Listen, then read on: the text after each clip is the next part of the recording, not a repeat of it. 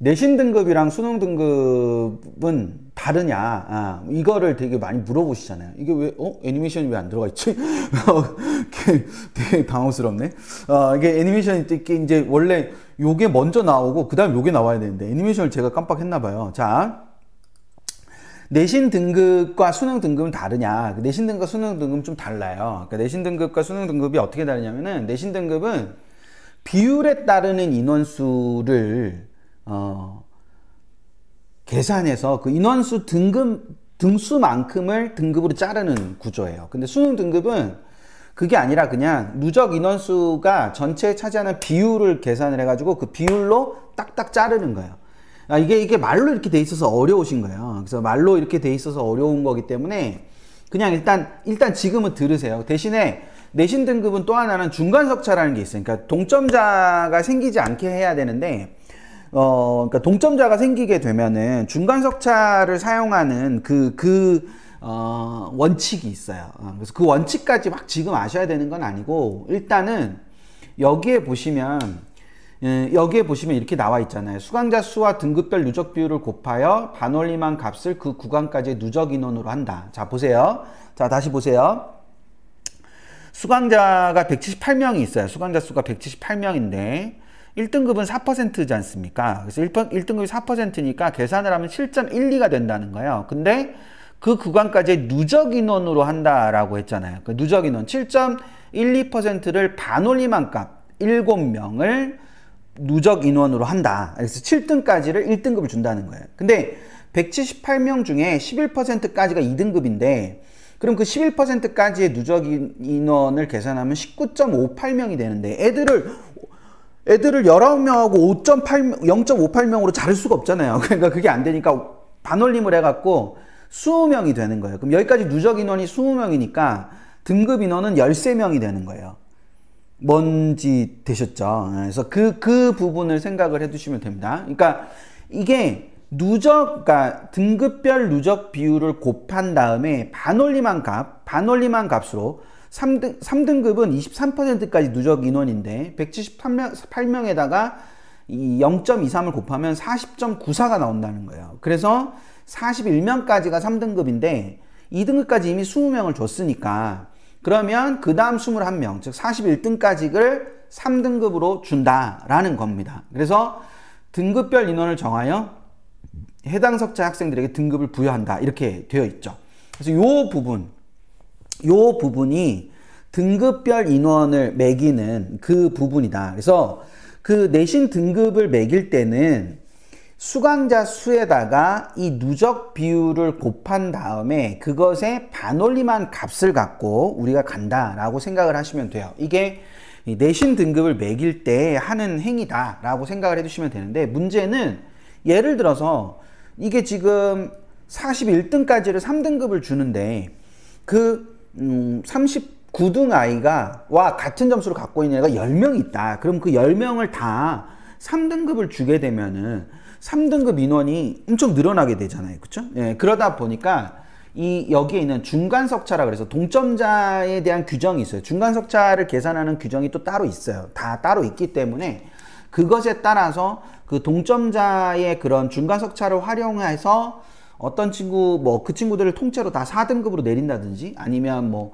3등급을 그만큼을 다 준다든지 이런 식의 규정이 있습니다. 그게 이런 것도 아마 처음 들으시는 분들도 많이 있으실걸요? 학교생활기록부 기재요령이라는 게 있어요. 그래서 이게 해마다 나옵니다. 2022년, 2023학년도 학교생활기록부 기재요령이라는 게 매년 나옵니다. 특히 우리 밴드에도 발빠르게 또 공유해 주시는 분들이 계시거든요. 안 계시면 올해는 또 저희가 또 올려놓긴 할 건데, 그러니까 거기에 보면 다 적혀 있습니다. 이렇게 이게 지금 학교생활기록부 기재요령 2022학년도 거, 그러니까 2022년 작년에 나온 거에서 제가 캡처해서 여기다 갖다 놓은 거예요. 그러니까 이것처럼 학교 등급은 전체 예를 들어서 1등급이 4%, 2등급이 11%, 3등급이 23%까지다 라고 하면, 그러니까 이게 누적 비율이기 때문에 2등급은 7%, 3등급은 12% 이렇게 되겠죠. 그래서 그 부분에서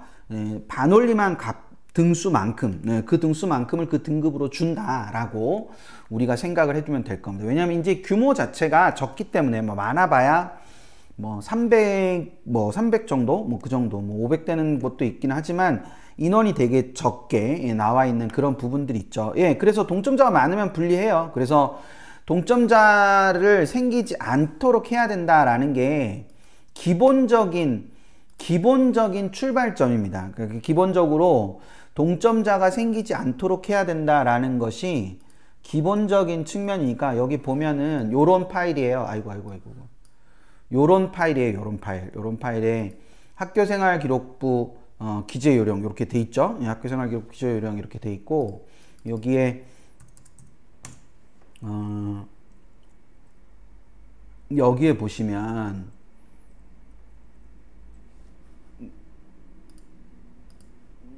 여기에 보시면 이렇게 동점자가 생기지 않도록 해야 된다라는 게 있어요. 동점자가 생기지 않도록 해야 되는 거고 중간석차를 적용한다. 중간석차를 적용하는 방식이 이런 방식이 있다라는 것을 보여주는 겁니다. 근데 이제 여기에 보면은 동점자가 생기지 않도록 잘 해야 된다라고 되어 있어요. 동점자가 생기지 않도록 사정을 잘 할 필요가 있다. 뭐 이런 얘기가 나오거든요. 그래서 그런 식으로 나와 있다라는 거 이제 그 부분들을 생각을 해두시면 됩니다.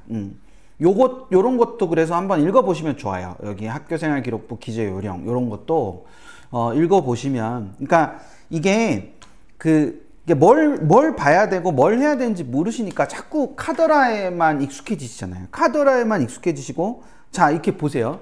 뭘 해야 될지 잘 몰라가지고 뭘 봐야 될지 잘 몰라가지고 불안해. 그러니까 불안하니까 여기저기서 기동량을 해. 그 여기저기서 기동량을 해가지고 들으니까 그 말을 듣고 보니까 우리 애는 되게 불리한 상황인 것 같아. 그게 또 불안해져. 그게 악순환이잖아. 계속 반복되는 악순환이잖아요. 그러니까 그게 아니라 시간을 그런 데다가 쓰세요. 이런 거 만약에 진짜로 입시적으로 무언가를 좀 알고 싶다 그러면 이런 거를 읽으시는데 시간을 들이세요. 그렇게 들이시다 보면 이게 자꾸 아시게 되는 부분들이 생길 거예요. 그래서 그렇게 생각을 하시면 됩니다. 내신 등급은 비율에 따르는 인원수를 정하고 등수를 정해서 그 등수대로 끊어서 준다. 대신에 중간석차를 활용하게 된다. 그러면 수능 등급은 그게 아니라 누적 인원수를 한다. 그럼 그게 무슨 말이냐면은 자, 수능 이게 바뀌었구나. 여기에 그게 들어와 있네. 예, 애니메이션이 들어와 있네. 누적 인원수에 따른 비율이라는 건 뭐냐? 자, 보세요. 수능은 누적 인원수에 따르는 비율이라는 거는 자, 전년도 수능 국어를 보세요. 134점을 받은 애가 371명이었어요. 그래서 이게 총 46,000명 정도 되는데요. 46,000명 정도 맞을 거예요. 제가 지금 정확히 기억이 안 나는데 여기서 이제 46,000명이라는 요런 게 나오거든요. 수능 보고 나면 이렇게 채점 결과라고 해가지고 이렇게 도수분포표라는 게 나와요. 그래서 여기에 국어 수학을 보시면 이렇게 애들 숫자가 이렇게 있죠. 134점을 받은 애가 371명 뭐 이렇게 쭉 있잖아요. 그래서 전체 인원이 몇 명이었냐면 44만 6천 명이었어요. 44만 6천 43명이 봤어요. 44만 6천 43명 중에서 134점을 받은 애가 국어 134점을 받은 애가 371명이라는 뜻입니다. 그래서 44만 6천 아까 44만 6천 43명 이렇게 돼 있었죠. 그래서 44만 6천 43명에서 371명을 받은 그 134점을 받은 애가 371명이었고 걔들이 전체의 0.08%이었단 말이에요. 그래서 여기는 거꾸로잖아요. 아까는 비율을 먼저 정해놓고 비율에서 인원이 나왔잖아요. 근데 수능은 그게 아니라 인원이 먼저 나오는 거예요. 표준점수 134점을 받은 애가 371명 그리고 133점을 받은 애가 까지가 1124명 즉 그 133점을 받은 애들이 700명 정도 있는 거죠. 700명 정도 있어가지고 1124명이 됐어요. 그리고 132점까지는 1363명 그래서 0.31% 그래서 128까지 가도 10,000명 정도가 되는데 128점까지 134점부터 128점까지가 10,000명 정도가 되는데 이 10,000명 정도는 아까 44만 명에 비하면 2.45%가 안 돼서 밖에 안 돼서 아직도 4%가 넘지 않는 순간이 된 거죠. 근데 여기에 보니까 126점에 오니까 19,858명이어서 4.45%가 된 거예요. 그러니까 4%를 딱 끊는 게 아니고 4%를 넘는 시점, 그러니까 1등급이 4%까지잖아요. 그럼 4%를 넘는 시점부터까지가 그 4% 넘는 시점까지가 딱 1등급인 거예요. 그리고 그 밑에 갑자기 인원이 늘죠. 막 8,000명, 7,000명, 그리고 여기는 9,000명 이렇게 늘잖아요. 그리고 여기 와가지고는 갑자기 여기 와서는 8,000명이 늘잖아요. 그렇게 해서 인원이 확 늘어서 여기에 5만 명이 된 거예요. 5만 1,018명 이렇게 된 거죠. 그래서 여기보다 많이 늘어가지고 여기가 11.44%니까 여기가 11%를 딱 넘는 순간이니까 여기가 딱 뭐가 되느냐? 2등급. 그러니까 11%를 딱 넘는 순간이 2등급이 되는 거예요. 아까 여기에 있던 이 등급 있잖아요. 이 등급이 그대로 적용이 되는 거예요. 비율이 4%, 11%, 23% 이런 식으로 적용이 되는 거예요. 그러다 보니까 여기서처럼 4%가 넘는 순간 그리고 11%가 넘는 순간 요 순간이 2등급이 딱 되는 겁니다. 그리고 여기에 와서 23%를 넘는 딱 이 순간이 뭐가 됐냐? 23% 넘는 이 순간이 바로 3등급 경계가 되는 구절이다 라고 생각을 해 두시면 될 거예요. 어떤 얘기인지 좀 아시겠죠? 그래서 만약에 저게 인원이 몇 명 모자라 가지고 뭐 그럴 수도 있지 않습니까? 22.97% 그러면 저거는 저 부분에서는 등급 경계가 안 생기겠죠. 근데 그 다음 등급에서 경계가 생기는 그런 구조가 되겠죠. 그래서 수능은 내신이랑 좀 달라가지고 이렇게 인원이 먼저 나오고 그 인원을 바탕으로 누적 비율을 매겨서 그 누적 비율당 등급을 만들어내는 거다라고 생각을 해두시면 된다라는 겁니다. 이렇게 그 누적 인원수에 따르는 비율 그리고 내신 등급은 인원에 따르는 비율 이렇게 되는 겁니다. 그렇죠. 126점을 받은 애들까지가 1등급인 거죠. 여기까지가 1등급인 거예요. 여기 이 음영 처리되어 있는 게 등급 경계니까 이게 등급 경계고 여기까지가 1등급 여기까지가 2등급 여기까지가 3등급 이렇게 되는 거죠. 얘는 다 3등급 그렇게 생각을 해두시면 됩니다. 최정원님 되셨죠? 이렇게 보시면 됩니다. 그래서 여기까지는 좀 이해가 되실 거예요. 그래서 내신 등급이랑 수능 등급이 등급의 차이가 있다라는 거 이제 그걸 생각을 해두시면 됩니다. 이거는 제가 계산할 때 막 힘든 거지 실제로 보시는 분들은 그렇게 막 굉장히 복잡하고 그러진 않을 거예요. 이게 계산이 다 돼 있는 거니까 계산돼 있는 거를 믿으셔야죠. 계산돼 있는 거를 믿으셔야지 당연히. 자, 이렇게 보시면 됩니다.